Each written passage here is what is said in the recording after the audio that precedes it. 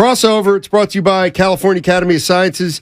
Every visit supports the Academy's mission to regenerate the natural world. Learn more and reserve your ticket at calacademy.org. Let's welcome in John Dickinson and Dan JD. What's up, guys? Yeah, what's going on? I'm going to tell you what's going on. Oh. I woke up me. feeling some type of way, and you two, I love you, your brothers. What constitutes a bust in Dan Dibley and John Dickinson's opinion? Are we talking about pinup models or high draft picks? Look at it, high draft picks. Oh, okay.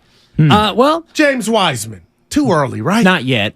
no, but if you were to do the boom, before Steiny corrects me, if you did the boon or bust meter, right now his needle is really heavy toward the bust, but until he flames out in his second spot, you're not a bust. Okay. And Trey Lance, my goodness. Not yet. Okay. No. Yeah, and really not even close. No, 'Cause his he just needle hasn't right played. now is in the middle, I think, in terms of like Joey Bart, to me, is much closer to Bustville than Trey Lance, Okay. and he might actually be closer than James Wiseman. I'm going to throw you guys a curve. Don't throw it to Joey Bart because he can't hit a curve. Environment. Sam Darnold went to arguably the worst place he could go for a young quarterback. Is he a bust? Have you seen? Because Baker Mayfield to me is a bust.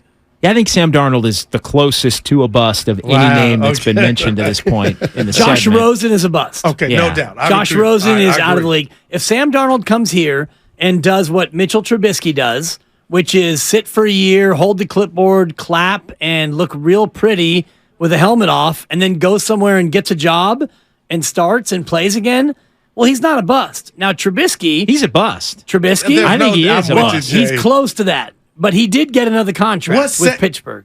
To be the backup. Yeah. Well, he got a contract to maybe be a starter, and he was for a while, and then now he's the backup again, and now it's looking more and more like he will be a bust. Can you be a bust and then get off the bust list? You can't, right? Ozzie Davis, get on the bust. I'm just asking That's a a story. question. Thank you. Wiseman, he's a puppy. Like, He's not, I don't think Wiseman is he's trending toward maybe No being a doubt. bust, It but doesn't I look wouldn't good. say Wiseman's a bust yet. I agree with Dibs. I think Joey Well, Bart's it depends because we Joey all Bart. Close. talk about Mike Dunleavy Jr. Yeah. And if you're a Warriors fan, you think, oh, he's a bust. But then if you're an actual basketball fan who's got half a clue, you look at a guy who played, 15 years in the Okay. association, and he's not a bust. He was overdrafted, but he's not a bust. To me, a bust is Tony Jamarcus Mandarich. Russell. Okay. Jamarcus Russell. Bosworth. Ryan Leaf, Okay. friend of the program. A guy who gets wildly overdrafted and never does anything at all. And, honestly, even if you want to look at Zion Williamson, I don't think 37% of his games he's played. I don't think you can call him a bust because, he's just been injury prone. Like Greg Oden, is he a bust? Probably, Yeah, but he he'd got probably hurt. so would Sam Bowie be considered a bust. But Exactly. He came back from about 9 injuries over the course of his That's career. interesting. Yeah, those are both busts. Yeah. Bowie and Oden, for sure. Injury can get you there. Like, to me, it's kind of like the Hall of Fame thing, right? It's, is it X or Y a Hall of Famer? Player X, player Y a Hall of Famer? To me, it's that first inkling. That thought. Is that guy a Hall of Famer or not? Is that guy a bust or not? So that goes, so it's subjective based on individual, but it's kind of whatever hits you first. So Lucas came in here during the break and said that so James Harden apparently is opting in to his $35 million deal with Philly. Smart. But he wants to be traded. Oh. So he's likely played his last game in Philly. Okay. I've defended Harden, would you but trade I'm out on him. Chris Paul for Harden? Well, gotta wait that till I Well, they would do. January. can't. Yeah, you gotta wait till I would do that January. in a But second. I actually would not. I would not. Wouldn't you? No, because I think Chris Harden, even though he's never come off the bench in 1,214 NBA games, I do believe that at his point in his career, he's more self-aware of the player he is. James Harden, he played nice for a while in Philadelphia, and he had a great year playing the way Mock wanted him to play, but then he basically blew Mock out of the water. That was bad. James Harden is, and you were mentioning the C word with Kyrie Irving, cancer, which I don't like in terms of I'm with sports. It hits too close to home. But in terms of sports cancer, I think James Harden is as much or more cancerous than Kyrie Irving. And then my question would be, why does he keep getting paid? to go to these locales? Why did Brooklyn sign KD and Kyrie basically signed off? On bringing them in. Philly did they pay? Well, I would say and I'd have to look this up, but I want to say Houston was still the last team that really paid him a lot. I just think he ended up getting traded, and so remember Houston was extending him every 2 years, right? To where it kept ballooning, and then I might be wrong on that, but I don't recall. And for James Harden, it was a player option for $35 million. Is that what it was? Yes. Yeah. So of course he's opting in because. As we've learned, and we had Bobby Marks on this week, and we had Ryan Russillo yesterday, who was terrific. And Ryan actually mentioned yesterday that the middle class in the NBA is largely going away. You're either a high-ticketed player or a veteran minimum guy, and that's why, as we look at the Warriors' veteran minimum targets, there aren't as many guys who are going to just take 1 year at the vet min. Guys are more likely to take a 2-year deal for $10 million with some sort of an option, as opposed to let me play a 1-year deal at 2.5. I got a question for JD because I haven't talked to you in a while. And what more can the Warriors do right now? Vet minimum players or swing some kind of a trade with Kaminga. With Kaminga, yeah. But he's essentially all they got. Yeah, and it feels like now. I mean, it would have to be. Do you think 85% of their team's filled out right now? 80, you know what I mean? I think they have a couple vet minimum guys coming. I think they need 3 vet minimum guys. I don't know if that equates with the actual amount of players on the roster. I'd want to say they have 10. They have 11 right now with 11, Draymond. Yeah, maybe 11. 11 to Ty 14. Jerome. Well, he's not on the roster, is he? Not at They the just moment. extended him a qualifying offer today, I saw. Just to be able to match if somebody offers him a couple million or something. Oh, room for Ty. But they won't. Bye-bye. If somebody offers him a couple million, I'd be surprised. Yeah, maybe. But, no, I'm just... Well, to me, the only reason you would do that would be if you think he would have the potential to be more than... It would put you in a range where you can give him more than maybe his vet minimum, if that makes sense. Like, if somebody did offer more, you'd give you a path to at least bring him back if you wanted to. Yeah, I mean, he could be your fourth guard. It doesn't matter. It's probably your fifth. What about... where are you with Draymond Green? I think he's coming back. I think it's a matter of the Warriors are kind of making him set his own market right now. And, I think if he's somebody that wants $100 million over 3 years, when I hear $100 million, I think 4 years. Okay. To me, that's no he wants chance. the fourth year at 100 or 105 or whatever. So you're still in that maybe $25 to $26 million a year range. But to me, it's the Warriors saying, hey, we want to keep you. If you think you're worth this, then go find somebody that's going to make you an offer, and we'll deal with it at that point. But at the same time, I don't feel like, and this is one thing we're going to get into between 2 and 6. Oh, will we ever? I don't feel like there's a number at which the Warriors say, well, too rich for our blood. Yeah, you know what, Dre, go to Detroit. Oh, you know no what, Dre, doubt. go to Sac. No To me, it's more just a matter of set your price, and then we'll match it, and then the deal's done. The other thing that I thought about, and I agree with you, we did talk to Bobby Marks, and Bobby said, don't quote me on it, which of course we did quote him on it, and we retweeted it and Instagrammed it. Bobby said 3 and 100 is about where he thought that would land. Right. And I think that's right. Bobby also said Draymond's not leaving 27.6 on the table, meaning you're not leaving 27.6 to take 4 years and 100, meaning you're going to get just 25. And the final piece of the way I'm thinking about it as we get closer, and we're now 25 hours away from the start of all this. You'll hear some stuff tonight. Every dollar that Draymond Green gets comes off of what Klay Thompson could possibly get next year, because they've got to get out of that second apron level. So if Draymond gets 3 and 100, or maybe he gets 3 or he gets 4 and 120, and that fourth year is a player option, every dollar Draymond gets comes off of what you can offer Klay, because even though you shed Chris Paul after this year, you've got to get underneath that second apron in order to reacquire that mid-level for next year.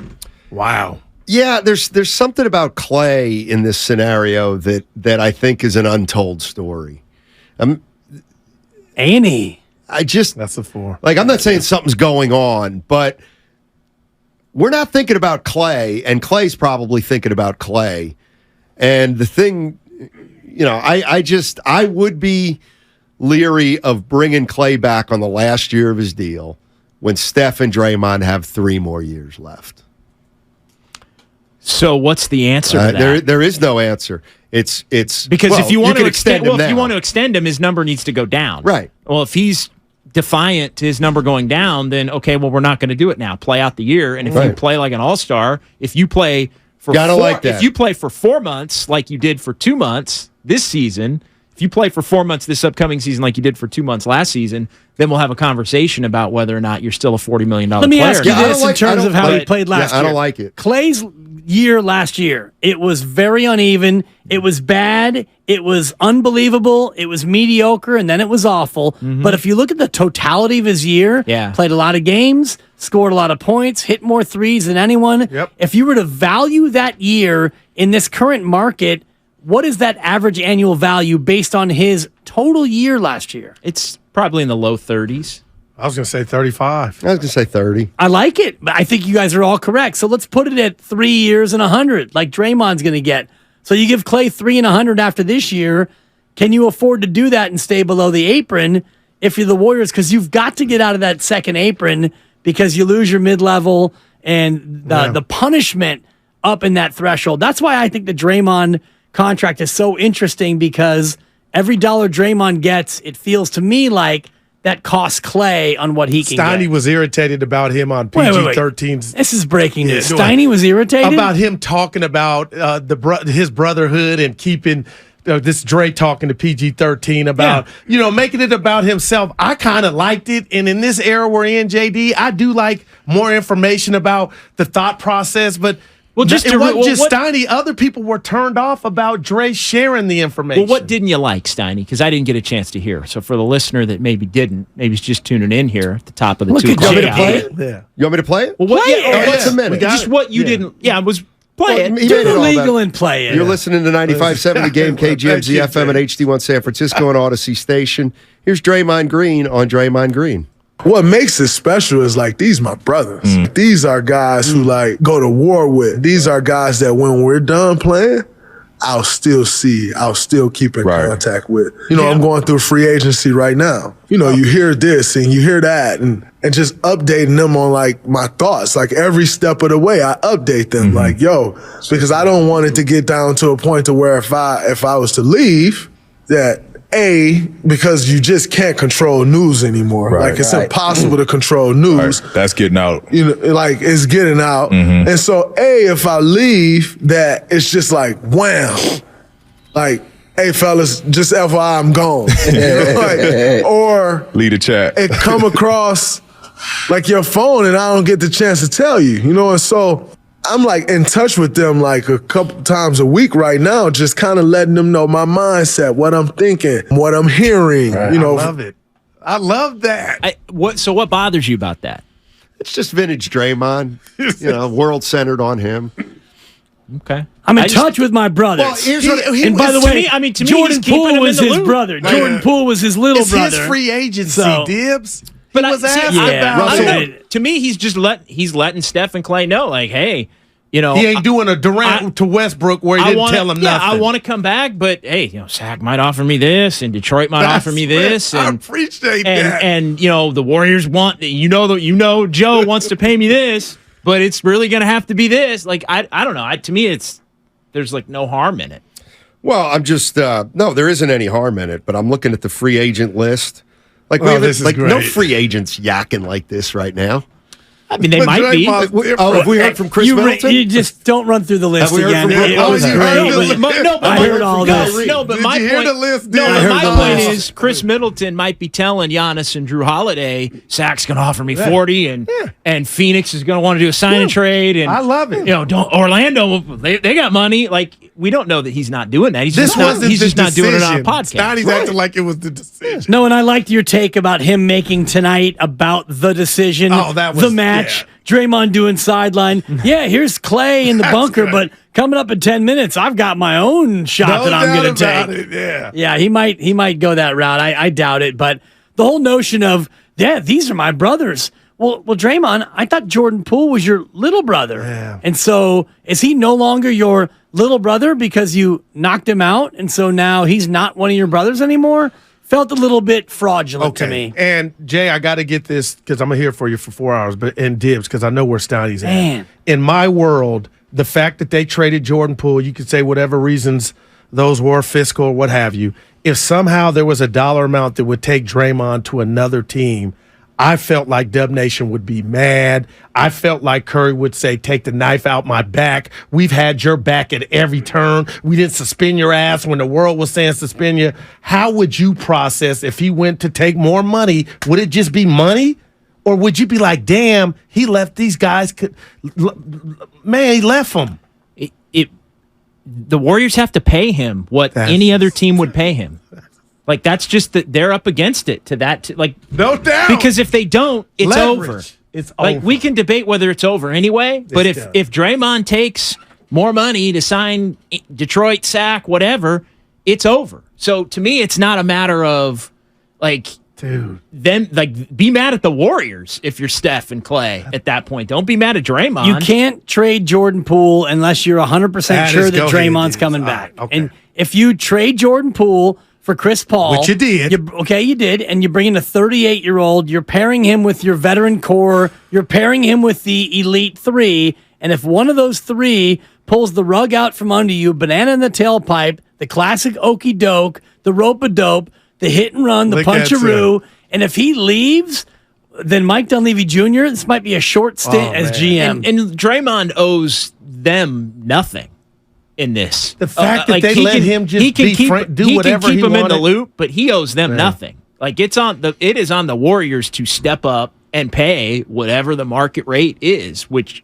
is going to be 10 or 15. Well, I wonder if there was like a handshake, a wink, wink, a nod, where he went to Lacob and Dunleavy Jr. and various other Lacobs and said, "You trade Poole, I'm coming back," and they go, "Okay, Draymond." Well, that didn't sound like it when he was talking to PG. Well, I mean, he might have done that, but then once the trade happens and he goes, "Oh snap, they really did it. Now I'm going to get these fools for an extra $15 million total." Yeah, I don't. Maybe, Wow. Maybe. Extra, yeah. But again, it's on him as a free agent to get every penny he possibly can. Yeah, I mean, that's that's just true. That's true. just life. I mean, to me, the reason they traded Jordan Poole, for one of the reasons, is because they obviously, to me, came to the determination that Draymond and Poole couldn't be on the same team together. That's part Absolutely. No doubt. That's definitely part of it. Not that necessarily they're going to fight each other, but that Poole's going to be useless. Yeah. They determined in some way that a guy that had been an all-time villain of theirs would improve their chemistry more than running it back with Jordan Poole on the breakdown roster. right there. Wow, man. No doubt. Like, Yeah, one of their most hated opponents of the last And decade. Stotty brought something up to me, Dibs, that it's gonna tonight at dinner. I'll think about. would help their chemistry. Yeah, but That's I'm interesting. thinking that's zero. We're all good. Steiny's I don't think it's an there issue. could be some residual stuff going on. Of what? Just ill will, like the Wiggins being upset because him and Poole were close. True. That they ran Poole up out of here. possible. And I never thought about it like that. It's And possible. also the youngsters, if you're part of this young core, and 2 timelines was a myth. We know that it was Wow. a make-believe ideology. However, if you are a 20-year-old Kaminga and a 21-year-old Moody, Man. and Poole was kind of like your big brother at 24, and he gone, and Wiseman gone, Rollins is gone, PBJ is gone, goodness. and you look around at the kids' table, and all of a sudden now there's a bunch of empty placemats and napkins and knives and forks. You might feel some kind of way. I think Kaminga looks at it and goes, Oh my gosh, when can I go? Exactly. man, Like, can you? And, no and, doubt. Like, Kaminga's like, let me go to Detroit and average 18 and lose and Well, get give him a my month. money. Give him a month of my playing 30 minutes a 14 minutes a game. game. Yeah, Oh my Because gosh. everybody will act like Oh, the no Warriors doubt. blew No it doubt. if he goes to Kaminga specifically were to go to We a bad did team that and for a average good week 20. of Wiseman. We were Everybody will saying say, that. well, he would have done that with the Warriors if they just would have let him play. but Kaminga Well, they is have let him play. untradeable right I know. now. I get it. Why He's do you say that? Because you can't get anything for him. And JD and I had this in the green room. Shout out all the show prep we did. If you would have packaged him with Jordan Poole, my gosh. now you've got enough salary to get 2 legitimate pieces in. You can't trade a $6 million player after, like, on this day right now. You're getting $6 million back. Who is that? That's Dante DiVincenzo. yeah, they've missed their so window. you're going to trade I think, Kaminga on for trading him. DiVincenzo? Of course you're not. I was pro looking to trade him. But, Yeah, I but to thought me, it was gonna happen. It would almost have to be to me, it was him or Poole had to be traded because it's the only way you could get better.